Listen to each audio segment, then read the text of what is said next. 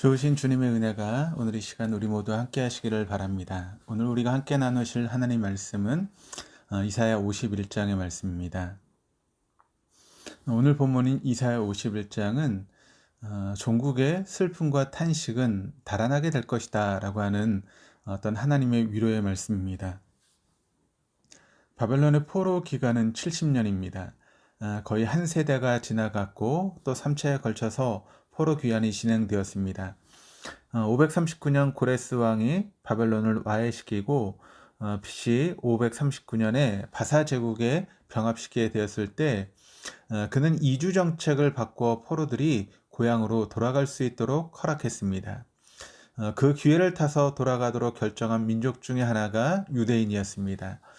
디아스포라 된 당시 유대인들이 200만 정도 되었는데 그중 5만 명이 귀향하기로 결정했습니다.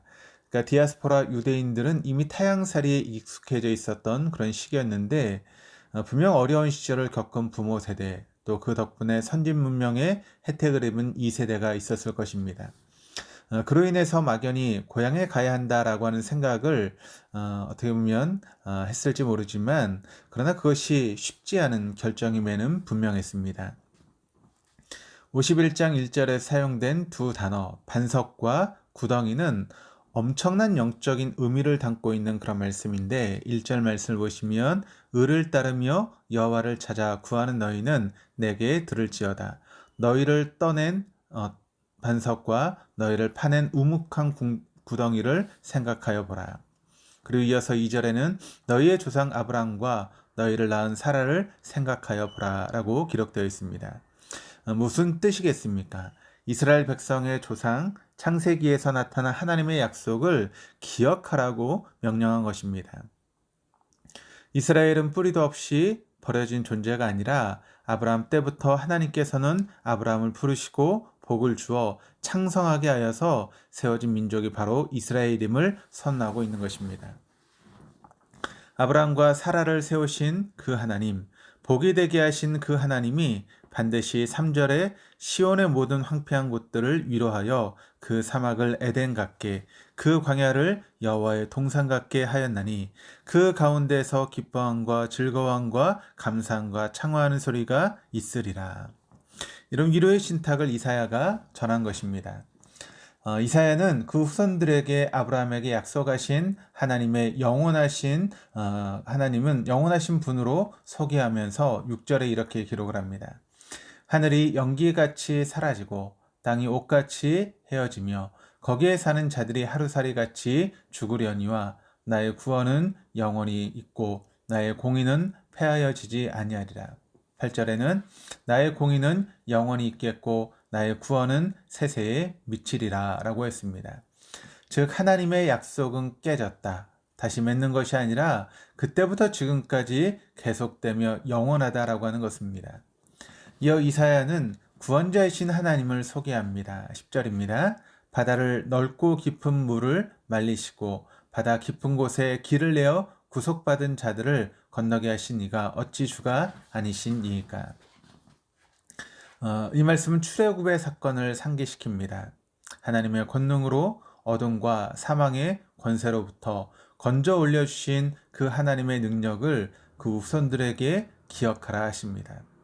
분명 이스라엘 백성 중에 많은 이들은 이미 현지화되어서 바벨론 사람으로 살아가려고 결정했을 것입니다. 2세와 3세를 거쳐가며 그들에게 하나님의 약속은 어쩌면 더 이상 큰 의미를 잡지 못했을 수 있습니다. 1차 귀환을 통해 성전은 재건되었지만 과거의 영광이 회복되진 않았습니다.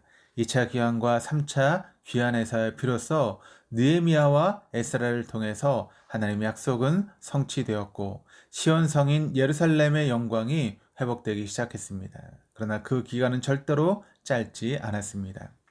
그때 하나님은 이사야를 통해 분명히 말씀하셨습니다. 너희의 뿌리가 내려있는 하나님의 약속을 기억하고 라고 명령하고 있습니다.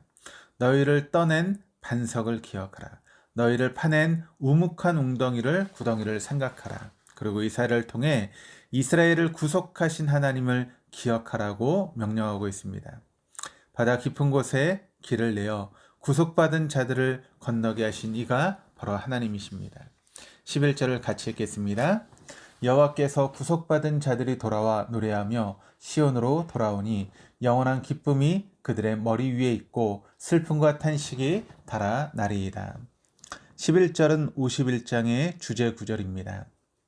영원하시고 구속자이신 하나님을 기억하고 예배하라는 것입니다. 그리하면 하나님의 선하심을 발견하게 될 것이고 어떤 누구도 그 변치 않는 하나님의 사랑과 그로 인해 얻게 되는 기쁨을 빼앗을 수 없다는 것입니다. 그 기쁨은 영원하다라고 한 것입니다.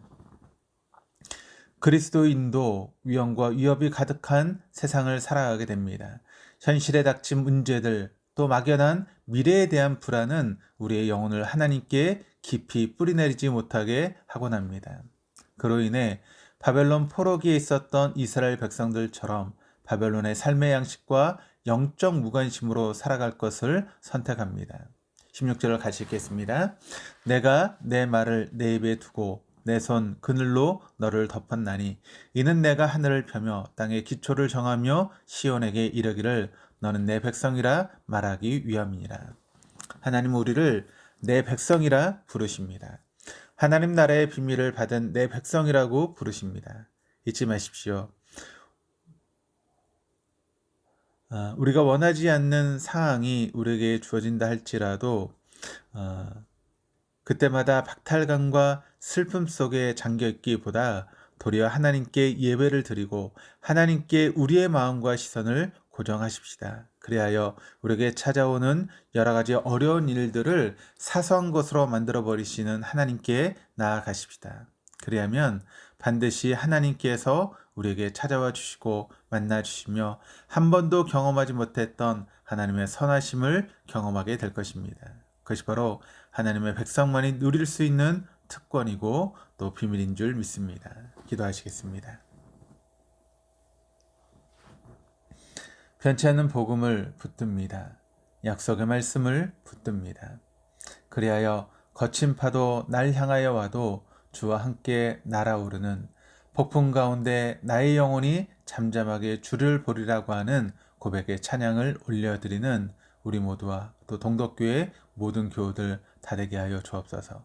감사드리며 예수 그리스도 이름으로 기도드립니다. 아멘.